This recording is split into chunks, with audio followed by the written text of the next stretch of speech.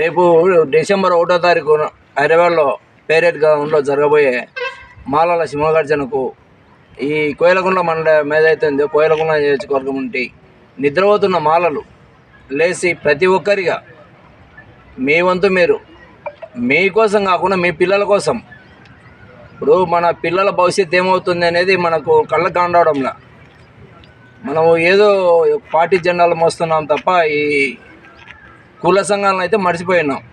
అలా కాకుండా ఇప్పుడు చేస్తున్న మనకి ఏదైతే ఉందని ఎత్తిన బరువు, ఆ బరువు దించుకోవడానికి కొంతైనా మాలనమైన మనం ఈ రేపు జరగబోయే సింహగర్జన ఏదైతే ఉందో హైదరాబాద్లో 1వ తారీఖు దానికి కదం తొక్కి ముందుకు రావాలని ప్రతి ఒక్క మాల, మనం ఈరోజు నిద్రపోయినామంటే రేపు పొద్దున మన పిల్లలు ఊరేసుకొని చస్తారు.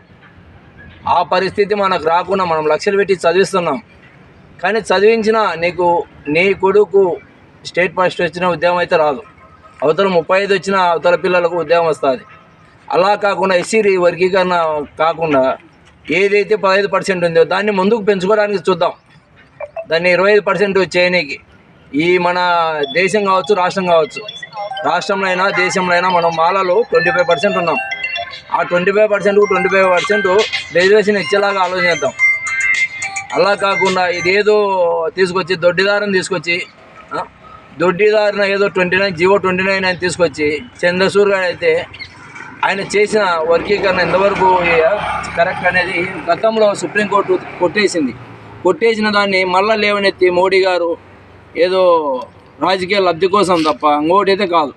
మందకృష్ణ కూడా ఆయన స్వలాభాల కోసం తప్ప కులాన్ని అక్కడ తాకట్టు పెట్టి ఇచ్చేయడం ఎంతవరకు కరెక్ట్ అనేది మాలమైన మేము నిలదీస్తున్నాం.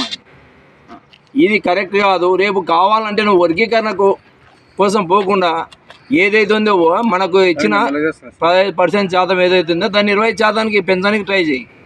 అంతేగాని మన కులాలకు ఇచ్చిన 15లో నీదింత నాదింత అని కొట్లాడి ఇప్పుడు ఎవరైతే చదువుతారో చదువుకునే మెరిట్లోనే ఉద్యోగాలు వస్తాయి.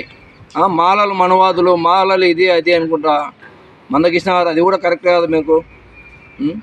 మేము మాదిగల సొమ్ము అయితే ఏం తినడం లేదు, ఎక్కడ మాదిగల సొమ్ము తినడం లేదు. మేమైతే ఏదైతే చదివిన దానికి మాకు ప్రతిఫలం వస్తుంది తప్ప మీరు కూడా చదవండి, చదివే ఉద్యోగాలు తీసుకోండి. లేదు నువ్వు కొట్లాడాలనుకుంటే అదే నీకు ఏదైతే ఉందో ఉద్దేశం కొట్లాడాలనుకుంటే దానిపైన 25% పెంచుదాం రా, నువ్వు నేను కొట్లాడదాం, మాలలు మాదిగలు కలిసి కొట్లాడదాం.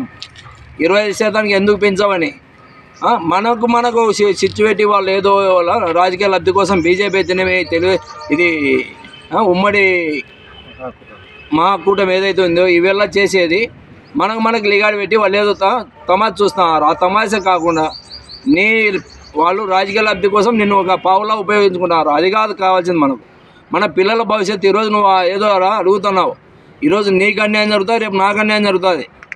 నువ్వేమో నాకు ఇదైనావని పండుగ చేసుకుంటావు, అది కరెక్ట్ అయితే కాదు. దాన్ని 20% పెంచుకొని ఇద్దరం కలిసి పోరాడదాం రా. ఇబ్బంది మాలమైన మేము వస్తాం, ఎంఆర్పిఎస్ మీరు రండి, 25% పెంచడానికి ట్రై చేద్దాం. అంతేగాని దాన్నే వచ్చేసి మాకు శిరసాంగం కావాలనే దాన్ని ఎంతవరకు కరెక్ట్ అది కాదు. మాలలో మేము చదివి మెరిట్ తెచ్చుకున్నాం. అది మీ ఇళ్ళ కాడికి తెచ్చేయలేదు, మాకు లేదా మీ ఇళ్ళలోకి తెచ్చేయలేదు. ఇదైతే కరెక్ట్. మన మాలలం నిద్రపోకుండా నిద్రమత్తులోంటి లేచి ఏదైతే రేపు హైదరాబాద్లో జరుగుతుందో డిసెంబర్ 1వ తారీఖు నుంచి జయప్రదం చేసుకోవాలని కోయిలకుంట్ల మాలల కల్లా తెలియజేయమంటే దయచేసి ఈ నిద్రమత్తులో ఎప్పుడు లేవకుండే తర్వాత ఎప్పుడు మనం లేలేము. ఎప్పుడు ఎవరి కాళ్ళు పట్టుకున్నా మనము పార్టీ జెండాలు పోయినాయి తప్ప వేరే దేనికి పనికిరాం.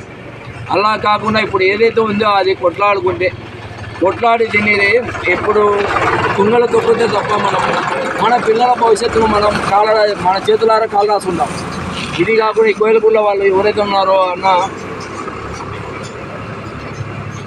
నాకు ఈ అవకాశం ఇచ్చిన కోయిలకుంట్ల నాయకులకు అందరికీ ధన్యవాదాలు. జై భీమ్, జై భీమ్, జై మాల.